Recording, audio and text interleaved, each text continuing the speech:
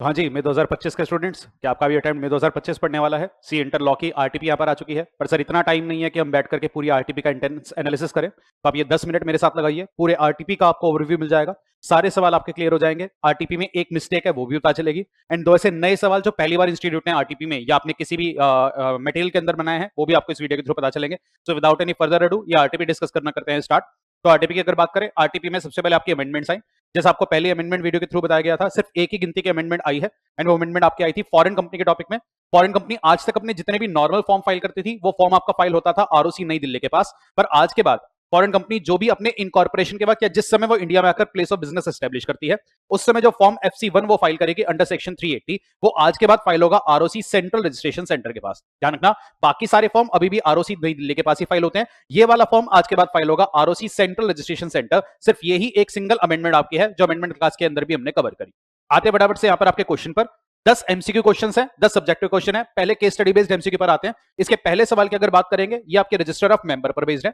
इस कंपनी ने अपना रजिस्टर ऑफ मेंबर पहले एक बार 12 दिन के लिए क्लोज किया था, अब दोबारा से क्लोज करना चाहती है। तो पूरे साल में आप एग्रीगेट में 45 दिन किसी भी एक पॉइंट ऑफ टाइम पर 30 दिन के लिए बंद कर सकते हो। तो अगर 12 दिन आप ऑलरेडी क्लोज कर चुके हो, 33 दिन आपका रजिस्टर और क्लोज हो तो सकता है, पर किसी भी एक पॉइंट ऑफ टाइम पर 30 डेज से ज्यादा के लिए नहीं। दैट इज वाई इसका आंसर क्या आ जाएगा? 30 दिन।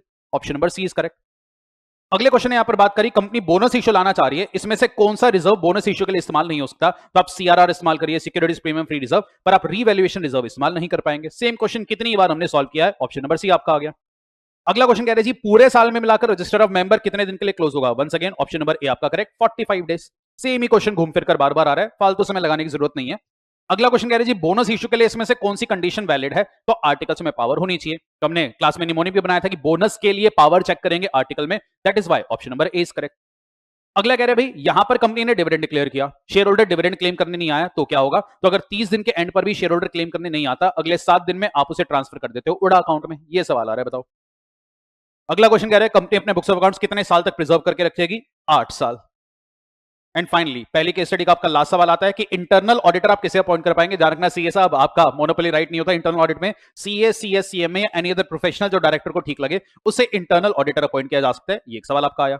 इंडिपेंडेंट एमसीक्यू आए, पहले एमसीक्यू एलएलपी पर बेस्ड आया। क्वेश्चन बस इतना कह रहा है कि यहां पर कंपनी में डेजिग्नेटेड पार्टनर थे, एक डेजिग्नेटेड पार्टनर चला गया, एक अकेला बचा है। अगर कंपनी इस वैकेंसी को प्रॉपर्ली फिल ना करे तो क्या होगा? तो section 9 of the LLP act में हमने जाना था कि 30 दिन के अंदर अगर आप वैकेंसी फिल करते हैं बहुत बढ़िया, वरना सारे के सारे पार्टनर्स को यहां पर डीपी मान लिया जाएगा। ये एक सवाल यहां पर आता है। अगला सवाल बड़ा आसान है कि आज एक इंसान है, इंडिया आकर के कुछ पैसा कमा करके गया था, या लेट्स सपोज इंडिया से बाहर रहता था, वहां उसने कुछ प्रॉपर्टी एक्वायर करी, इंडिया वापसी आने के बाद वो उस प्रॉपर्टी में डीलिंग करना चाह रहा है, तो जी फ्रीली डीलिंग करिए। सेक्शन 6 यहां पर हमने पढ़ा था कि पीआर आए अगर आज आपके दिन में हो, और जिस समय आप पीआर ओ आए थे, कोई प्रॉपर्टी एक्वायर करी या उससे इनहेरिट करा, तो उससे डीलिंग करने के लिए आपको फ्रीली परमिशन होती है। सेक्शन 6 ऑफ फेमा, कई बार क्लासेस में डिस्कस आपका हुआ है। अगला जो क्वेश्चन आ रहा है, यहां पर इंस्टीट्यूट से हुई एक छोटी सी मिस्टेक, यही आपकी आरटीपी की एक मिस्टेक है जो हमने डिस्कस करी थी। यहां पर मिस कनिका त्रिपाठी है, वो कल्चरल टूर के लिए बाहर जाना चाह रही हैं, जिसके लिए वो फॉरेक्स डिमांड कर रही है। तो करेक्ट आंसर जो आरटीपी में यहां पर दिया हुआ है क्या? कि एलआरएस स्कीम के तहत उनको ये पैसा मिल जाएगा कल्चरल टूर के लिए। हालांकि ये गलत है, बिकॉज हमने जाना था कल्चरल टूर एक ऐसी करंट अकाउंट ट्रांजेक्शन होती है जहां पर हमें सेंट्रल गवर्नमेंट का अप्रूवल लेना होता है। अब यहां पर ऑप्शन में सीजी का ऑप्शन ही नहीं था, तो यहां पर चाहकर भी सीजी वाला ऑप्शन हम कहीं मार्क नहीं कर सकते। तो मजबूरनवश अगर पेपर में सवाल हो जाए, आप भी ये मार्क कर देना, पर क्वेश्चन गलत है, आप समझ गए होंगे। तो ये आपके एमसीक्यूज है, सिंपल से। आते हैं डिस्क्रिप्टिव क्वेश्चन पर। 10 डिस्क्रिप्टिव क्वेश्चन है। पहला जो सवाल है नया है, नया in the sense section provision आपने क्लास में पढ़ा हुआ है, पर पहली बार इंस्टीट्यूट ने सवाल बनाया है, और अब आपके पेपर में आपको उन एरियाज पर भी सवाल देखने को मिलेंगे जो आज तक इंस्टीट्यूट का फोकस एरिया नहीं था। एंड क्वेश्चन बस ये कह रहे हैं, एक अनलिस्टेड पब्लिक कंपनी है, डीमैट फॉर्म में शेयर इशू करने के लिए उसकी क्या रिक्वायरमेंट है? तो इस पर हमने सेक्शन 29 पढ़ा था, रेड विद रूल 9A। तो हमने जाना था अनलिस्टेड पब्लिक कंपनीज पर डीमैट आपका आ गया था 2 अक्टूबर 2018 के बाद से, तो वही वाले प्रावधान यहां पर आपको मेंशन करनी है। जस्ट फॉर नॉलेज ध्यान रखना, आज के दिन में प्राइवेट कंपनी पर भी डीमैट मैंडेटरी है। रूल 9B में ये सारी बातें आई थी 28 अक्टूबर 2023 के बाद से। तो ये अनलिस्टेड पब्लिक कंपनी पर पहली बार एक नया सवाल है, तो एक नया क्वेश्चन आप इसे कह सकते हैं। अगला क्वेश्चन सिंपल है, सेम आपकी बुक में भी था। कंपनी अपने शेयर की फेस वैल्यू को 100 से घटाकर 10 करना चाह रही है, जिससे उसके नंबर ऑफ शेयर 20 लाख से 2 करोड़ हो जाएंगे। स्ट्रेट अवे आपका स्प्लिट का क्वेश्चन है, सेक्शन 61 का ये सवाल यहां पर आ रहा है। अगला क्वेश्चन कह रहे जी, डायरेक्टर से एक प्राइवेट कंपनी पैसा रेस करना चाह रही है, तो क्या डिक्लेरेशन आना जरूरी होता है? बिल्कुल। तो डिपॉजिट्स के चैप्टर से आप कब बच पाते हो? जब डायरेक्टर एक डिक्लेरेशन देता है कि जो भी पैसा वो कंपनी को देने वाला है वो पैसा उसने किसी से उधार पर नहीं लिया। अगर ये डिक्लेरेशन नहीं आया तो आप चैप्टर का नॉन कंप्लायंस कर रहे हो। क्वेश्चन का नेक्स्ट लेग भी ये कह रहे भी, अगर डायरेक्टर ये पैसा किसी से उधार पर लेकर कंपनी को दे तो बिल्कुल नॉन कंप्लायंस है, फिर तो वो डिपॉजिट आपका कहला जाएगा। अगला ये सेकंड क्वेश्चन है जो मैं कहूंगा कंपैरेटिवली एक नया सवाल है, एंड ये वाला टॉपिक भी हम क्लास में डिस्कस करते थे सेक्शन 129 में, वहां पर कंसोलिडेशन डिस्कस करते थे। इसकी एक नोटिंग भी आपको कराई हुई है, अपनी बुक में जाकर के देखिएगा। एंड उसी नोटिंग पर बेस्ड पहली बार इंस्टीट्यूट ने सवाल बना डाला है, और ये कह रहे हैं जी कब एक कंपनी कंसोलिडेशन करने से एग्जम्प्ट होती है।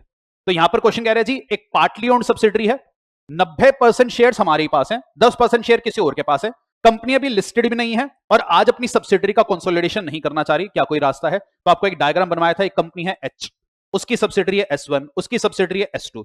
तो लॉ मेकर S1 को S2 का कंसोलिडेशन करने से एग्जम्प्ट कर देता है, पर 3 कंडीशन होती है। सबसे पहली कंडीशन, उसके बाकी मेंबर्स को कोई आपत्ति ना हो और उस चीज के लिए आपने उनसे रिटर्न कंसेंट भी ले रखा हो।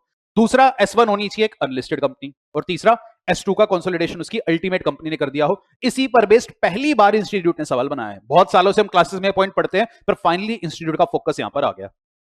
अगला क्वेश्चन सिंपल है एनुअल रिटर्न का, कि ओपीसी की एनुअल रिटर्न, ध्यान रखना MGT 7 में नहीं आती, MGT 7A, एंड उस पर साइन कौन करेगा? नॉर्मली कंपनीज की एनुअल रिटर्न पर 2 लोगों के साइन चाहिए होते हैं, पर ओपीसी में एक इंसान के साइन से काम चल जाएगा। CS नहीं है तो डायरेक्टर से साइन कराएंगे।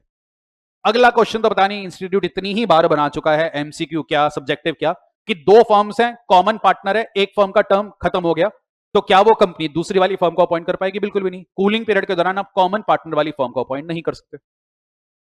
अगला क्वेश्चन आपका LLP का आ रहा है, वंस अगेन स्मॉल LLP। कितने चांद सितारे आपकी किताब में लगवाए होंगे स्मॉल LLP के टॉपिक पर, आपको पता है। तो इस LLP का कैपिटल कंट्रीब्यूशन 25 लाख तक है, टर्नओवर 40 लाख तक है, दोनों कंडीशन पूरी हो रही है, बिल्कुल स्मॉल LLP है। और बहुत टफ सवाल है, अगर टर्नओवर सर 50 करोड़ हो जाए अगले साल में, मतलब लाख भी नहीं सीधा करोड़ हो जाए, तब क्या स्मॉल रहेगी? बिल्कुल भी नहीं, बिकॉज मैक्सिमम लिमिट कितनी थी? 40 लाख की। बताओ, ये सवाल बना है आपके में 25 के लिए RTP में। अगला सवाल कह रहे जी, इंप्रिजनमेंट का मतलब क्या होगा? तो इंप्रिजनमेंट एज पर GCA दोनों टाइप की इंप्रिजनमेंट कवर्ड होती है, सिंपल भी रिगरस भी। जो सी सजा जज साहब देना चाहें, सिंपल रिगरस उनकी मर्जी है, दे सकते हैं। जनरेलिया स्पेशली, बस नॉन डेरोगेंट आ रहा होगा कुछ ध्यान, क्लास में एक निमोनिक आपको दिया था, general special, general special, general versus special में क्लैश आता है तो क्या प्रिवेल करेगा? स्पेशल। तो जनरल या स्पेसिफिक प्रोविजन में अगर क्लैश आ जाए तो स्पेसिफिक प्रोविजन ऐसे केस में प्रिवेल करता है। रूल ऑफ हार्मोनियस कंस्ट्रक्शन के अंदर यह बात हमने पढ़ी थी, तो इसका एक सवाल यहां पर आया। अगला कह रहे जी, फेमा का सवाल है, आज अपने बेटे को बाहर पढ़ने के लिए भेजना है, 3.5 लाख रुपए चाहिए, मिल जाएंगे जी? बिंदास मिलेंगे। करंट अकाउंट ट्रांजैक्शन है और $2.5 लाख तक आपके लिए अवेलेबल है, आप तो बस 3.5 लाख रुपए मांग रहे हो, तो डॉलर में तो लिमिट बहुत ज्यादा होती है। मोरओवर अगर ये $2.5 लाख से ज्यादा भी मांगते तब भी ये पैसा मिल जाता, प्रोवाइडेड बाहर के इंस्टीट्यूट से एस्टिमेट में लाओ। ये एक सवाल यहां पर आता है, एंड आपके RTP का आखिरी सवाल। तो जी, आज मिस्टर अमरीश है, किसी जॉइंट वेंचर, बाहर के जॉइंट वेंचर ने इंडिया में उनको भेजा काम करने के लिए, तो इंडिया में आए तो हैं, आज EBU इंडिया में है, रेजिडेंट बन गए, पर परमानेंटली इंडिया में नहीं रहने वाले। तो he is a resident but not permanently resident. I hope ध्यान आ रहा होगा। और वो इंडिया के बाहर अपनी सैलरी लेकर जाना चाहते हैं, तो क्या सैलरी लेकर जा सकते हैं? बिंदास लेकर जा सकते हैं। $2.5 लाख से ज्यादा तब भी लेकर जा सकते हैं, बस ध्यान रखना नेट सैलरी ही लेकर जा पाओगे। नेट सैलरी मतलब सैलरी में से आप PF वगैरह का डिडक्शन और टैक्स का डिडक्शन लेस कर देना, बाकी सारा पैसा आप लेकर जा सकते हो। ये आपका पूरा RTP का एनालिसिस है। सारे क्वेश्चन आपने क्लासेस में करे हुए हैं, A to Z आपको आइडिया लग गया होगा, बस वो कल्चरल इवेंट वाली मिस्टेक थी। एंड ये दोनों प्रोविजन भी आपने पढ़ रखे हैं, सवाल पहली बार इन पर बनाए, तो ये 2 नए सवाल आप अपने के ले सकते हैं। क्वेश्चन नंबर 11 यहां पर आपका आता है एंड क्वेश्चन नंबर 14। बस बेटा, ये हमारी तरफ से RTP का एक क्विक एनालिसिस था। आई होप इस लिमिटेड टाइम में आप RTP कर गए होंगे सॉल्व एंड कॉन्फिडेंट रहे होंगे। तो इस टाइप की वीडियो अगर आपके लिए हेल्पफुल है एंड ये अप्रोच अगर आपको अच्छी लगे, तो आपकी मई 2025 की पहली MTP भी आ चुकी है, उसका एनालिसिस अगर आप चाहते हैं तो वीडियो के कमेंट बॉक्स में जरूर बताना। तब तक अपनी तैयारी में लगे रहिए। Wishing you all the success for May 25।